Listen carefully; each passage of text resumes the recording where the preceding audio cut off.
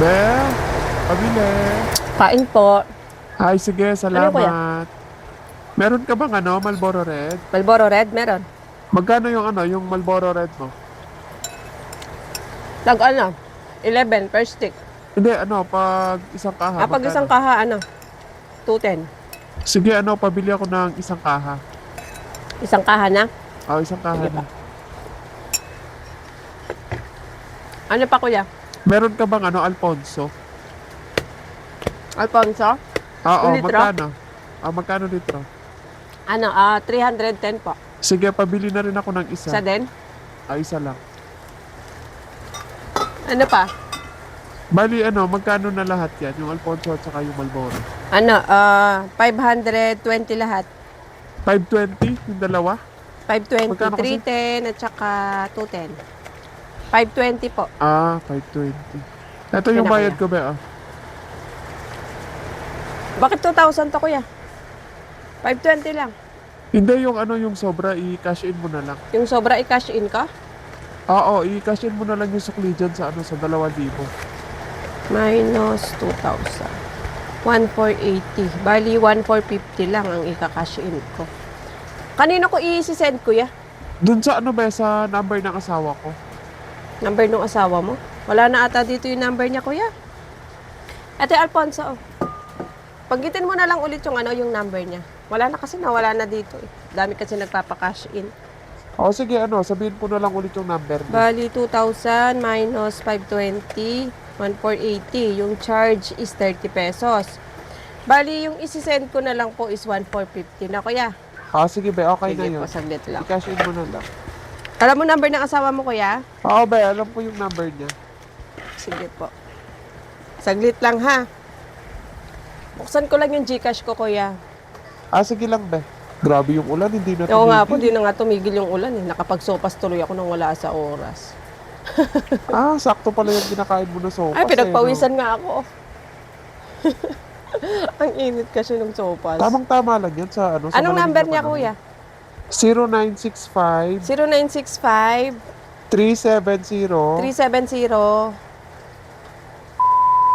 Okay. Ano pangalan kasi na? Annalisa.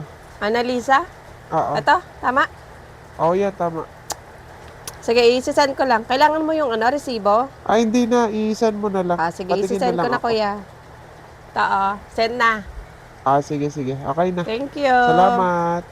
A few moments later. Hoy, Be! Be! Ay, yes po ate. Sarap ng kain mo. Kain po. Sige, sige, salamat. Tatanong ko lang sana kung dito ba nagpakasin yung asawa ko? Yung asawa niyo? Ay, opo. Dito po siya nagpa-cash in kanina. Bakit yung kinash in mo sa akin, kulang naman yung sinend mo? Anong kulang? Kulang yung sinend mong cash in sa akin, 1,450 lang. Paano kulang? 1,450 yung yung sinend Ayun na ko. nga, bakit 1,450 lang yung sinend mo? 2,000 yung pinadala kong pera sa asawa ko, bakit yun lang yung sinend mo? 2,000 nga. Bakit 1,450 lang yung kinash in mo sa number ko? Hindi, bumili kasi yung yung asawa mo. Anong pinili niya dito?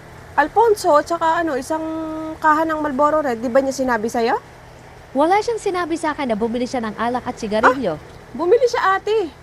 Bago siya nagpa-cash in, bumili muna siya. Bakit mo binentahan ng alak at sigarilyo? Pinapakashin ko yung pera na yun, din Ay, 2,000. malay ko. Kasi bago niya binigay yung pera sa akin, bumili muna siya ng Alfonso, tsaka isang kaha ng Marlboro Red. Tapos, ang sabi niya sa akin, yung tira daw dun sa 2,000, yun yung i-cash in ko sa number mo. Bakit naman hinayaan mo na bawasan niya yung pinapakash in ko? Hindi naman niya pera yung pinabili niya na yun. Malay Pera ko ba na yun. na hindi niya pera yun ate?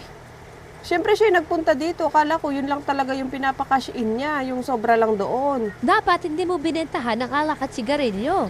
Nabawasan ko na yung pinapakash in Bumili ko. siya Wala nga naman hindi ko pagbibilan. Pampakash in ko yung pera na yun, dapat hindi mo pinagbentahan. Hindi ka ba Ay, nag-iisip? Bentahan ng Huwag benta? kayo sa akin magalit ate. Kasi yung asawa mo yung bumili Pinagbentahan mo naman agad, pampakash in ko yun. Mali-mali ko ba na pang cash in lang dapat yun? Sana hindi mo na inutos dun sa asawa mo. Tapos sa akin ka nagagalit ngayon kasi yun lang yung na-cash in ko. Pinambili nga ng asawa mo. Dapat kasi hindi mo binentahan, pang-cash in kasi yun. Huwag Hindi ka sa akin pambili. magalit yung asawa mo yung pagsabihan mo. Di naman pala niya pera yun, pinambili niya ng alak at sigarilyo.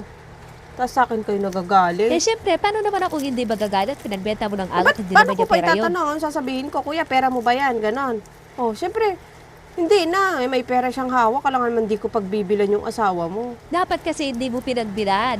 Tinanong mo muna kung pera niya ba yung pinagbibili niya. Eh, bahala kayo mag-usap ng asawa mo, te. Kayo mag-usap, hindi ako. Labas na ako dyan kasi tindera lang ako dito. Syempre, bibili yung asawa mo lang naman hindi ko pagbebentahan. May pera. Malay ko bang pang cash in lang dapat yun. Yung binili ng asawa ko sa'yo, ilista mo na lang. Kausapin mo asawa mo, te. Wag ako. Ay, Labas nako. na ako dyan. Pam-cash in nga kasi yung Pang pang-cash in. Iuutos sa Bakit asawa mo kasi tapos may yung pinagbentahan bibili ng ng alak alak? at sigarilyo yung asawa nagagalit sa akin.